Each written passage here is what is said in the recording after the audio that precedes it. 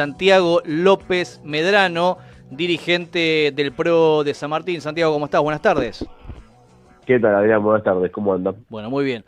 Bueno, Santiago, ¿qué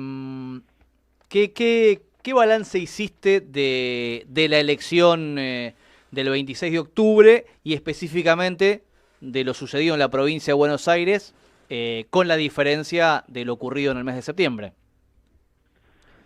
Bueno, en primer lugar, una satisfacción muy grande desde lo personal y sobre todo desde lo local, ¿no? El rol del PRO en la campaña provincial y en San Martín.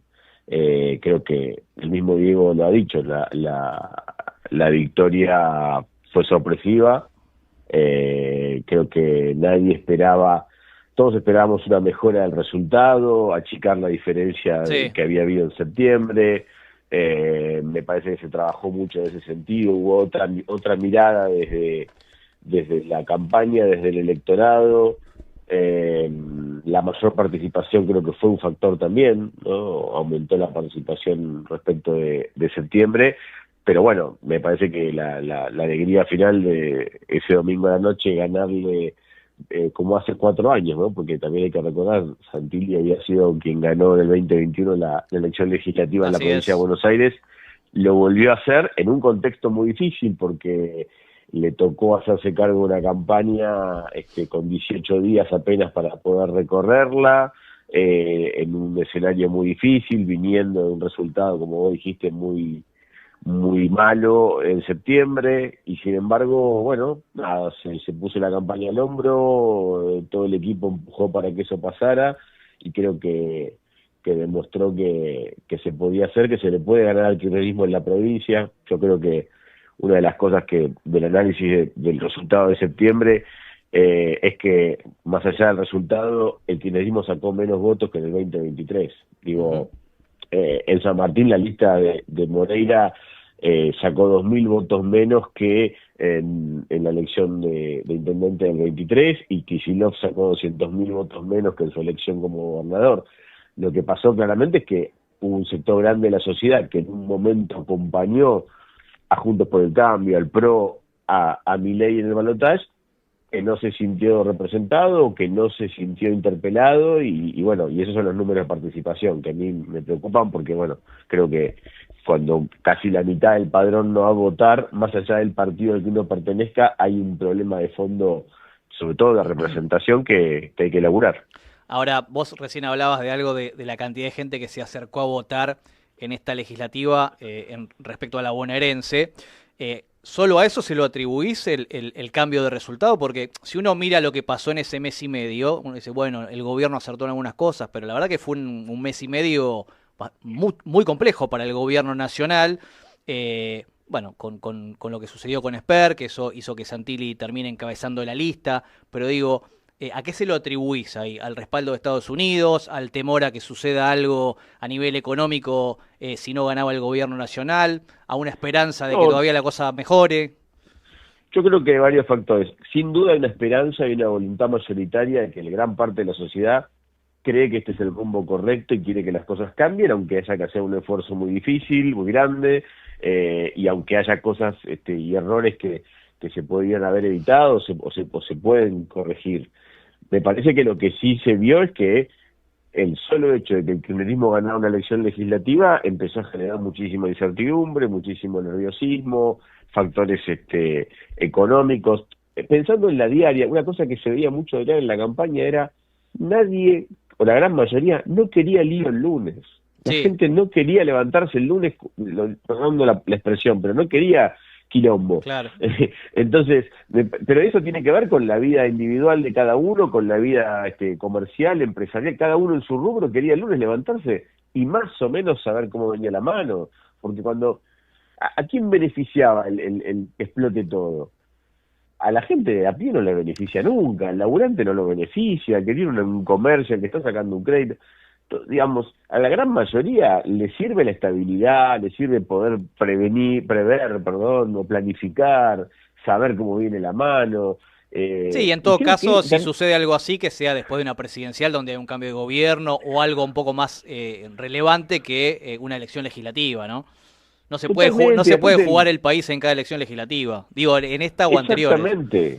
Es que esa volatilidad y esa digamos, fragilidad también hace que me parece que mucha gente haya tomado esta definición de pese al esfuerzo, pese a las dificultades, pese a un esfuerzo, insisto, muy grande que ha hecho la mayoría de la sociedad, seguir apostando y a creer que hay un camino de laburo, de sacrificio, de reformas estructurales, de grandes cambios y sobre todo de lo que no se quiere que vuelva a suceder.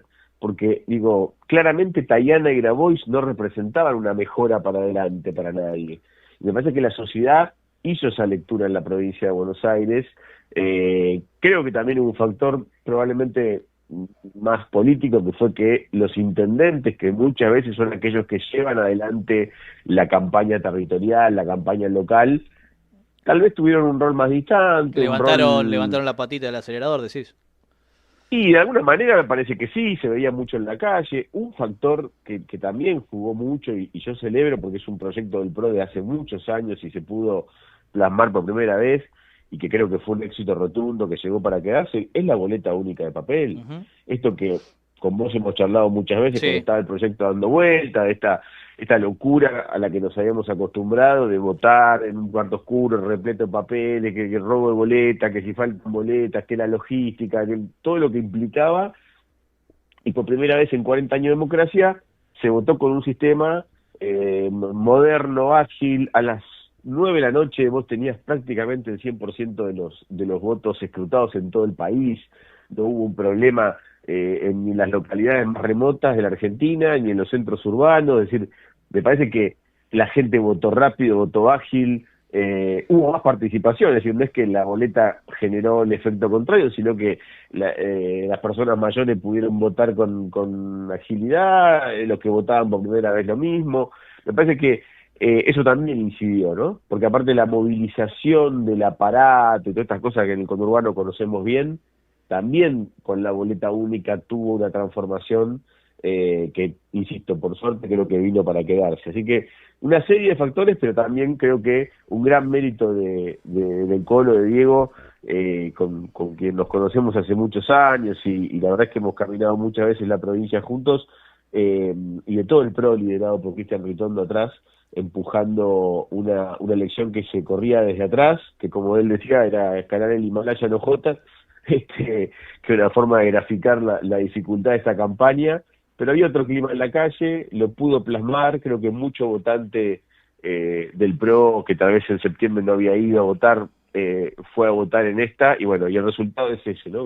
Haberle ganado el kirchnerismo y empezar a recorrer un camino que ojalá termine con un cambio de gobierno en la provincia. Santiago, ¿y cómo tomás las últimas declaraciones de Mauricio Macri con ciertas críticas al gobierno de Milei y al armado de Milei, la salida de Francos? Uno entendía que después del triunfo, bueno, iba a ser como mucho más fácil el entendimiento, porque también atrás lo que uno observa es que está todo el PRO bailando como al ritmo del tango que están llevando adelante Macri y Milei, a veces más cerca, a veces más lejos, a veces parece que se rompe, y atrás está el partido y los dirigentes viendo para dónde tienen que ir.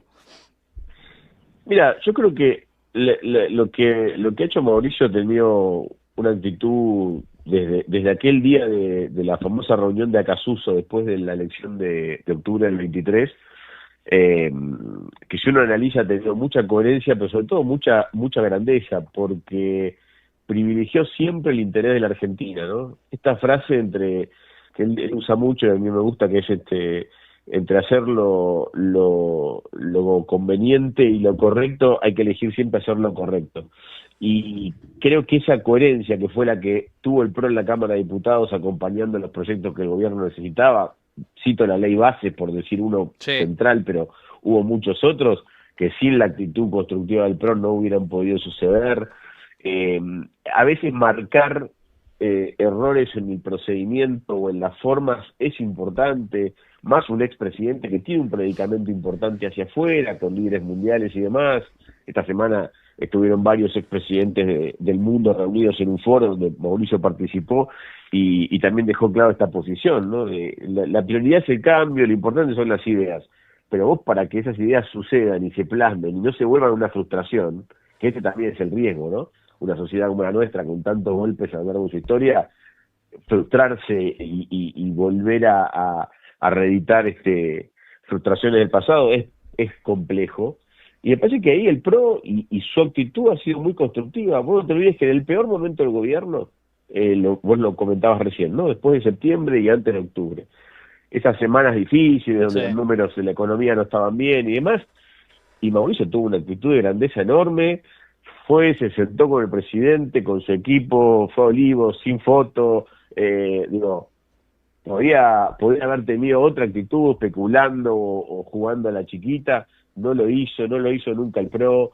Nosotros salimos a la calle en septiembre y salimos a la calle después de septiembre. Y obviamente que no era, digamos, a veces el mejor de los climas, porque después, una cosa son las redes sociales, otra cosa vos estás en la calle, en la Plaza Mitre de Sí, Chilaver, sí, sí. con una mesita, charlando con los vecinos y haciendo el ida y vuelta, y bueno, y eso me parece que ahí hubo una actitud del PRO, ya te digo, muy constructiva, y me parece que después de octubre es lo mismo, es decir, marca miradas o diferencias, pero siempre priorizando. Esta mañana o hace un rato fue la reunión de bloque de diputados del PRO con el presidente, Ujú. en ese sentido, ¿no? O sea, bueno, acá hay una reforma que hay que hacer en el tema laboral, en el tema impositivo, en materia penal, son las cosas que hacen falta para que la inversión finalmente se concrete y dé laburo y genere bienestar. Bueno, en eso vas a encontrar siempre el PRO, por eso es importante que el PRO mantenga su identidad como hasta ahora. Esto que se discutió tanto estos 2 años, ¿no? Bueno, Si la sí, fusión, no la sí, sí, sí, sí. fusión. Bueno, que dentro del mismo espacio, ¿no? Hay dirigentes que quieren pintarse de violeta y otros que dicen, bueno, no, esperemos, nosotros somos el PRO, mantengamos la identidad. Y de hecho, volviendo a lo que decíamos recién, el mismo Mauricio Macri ha dicho que en 2027 va a haber un candidato a presidente del PRO. Bueno, a mí me parece que, primero que el PRO es un partido con 20 años de historia y con una experiencia de gobierno y de gestión que todos le reconocen y tiene un montón de cuadros políticos y sigue generándolo. Digo, hay gente joven que viene renovando otros cuadros, hay gobernadores, Frigerio, Nacho Torre, Jorge Macri, digo, intendentes, legisladores, gente que ha gobernado sus municipios y los ha transformado, cuadros técnicos en cada materia muy importantes. Me parece que ojalá lleguemos a un momento donde las alternativas políticas de la Argentina tengan una base común, ¿no? Es decir, que no tengamos esto que nos pasó hace unas semanas, de tener que elegir siempre entre dos extremos de dos países que no tienen casi nada que ver, pareciera, sino decir, bueno, si hay alternancia y hay posibilidad de alternancia, que sea entre partidos que pueden tener matices, pero que están de acuerdo en que el equilibrio fiscal es importante, la posición internacional es importante, el respeto a las libertades es importante, la propiedad privada es importante. Así que yo creo que en ese sentido, yo no imagino algo muy distinto que lo que vino sucediendo hasta ahora, ¿no? Mm. Un partido que va a tener representantes y que también hay una cosa que se ve mucho, ¿no? En la calle uno la ve todo el tiempo, que es el vecino no está pensando si va a haber bloques, interbloques, si va a haber todo de un color o del No, otro. claramente no. Está queriendo soluciones, y si esas soluciones vienen de la manera que vengan, son bienvenidas. Entonces me Eh, parece que ahí el PRO tiene mucho para aportar. Santiago, bueno, en esto que vos decías, ¿no? Yo quiero hacerte la pregunta porque es importante y tiene que ver también con los matices de los que vos hablabas. En la reunión, en ese encuentro que tuvo el presidente de la Nación con gobernadores, más allá de la diferencia ideológica, ¿no deberían haber estado todos? Yo no sé cómo fue la convocatoria de la reunión, honestamente. Bueno, convocaron Sí leí. a todos menos a cuatro digamos, que están alejados ideológicamente, pero ahí es una cuestión institucional, me No, a mí me parece, ¿no? parece que Por encima de las ideologías.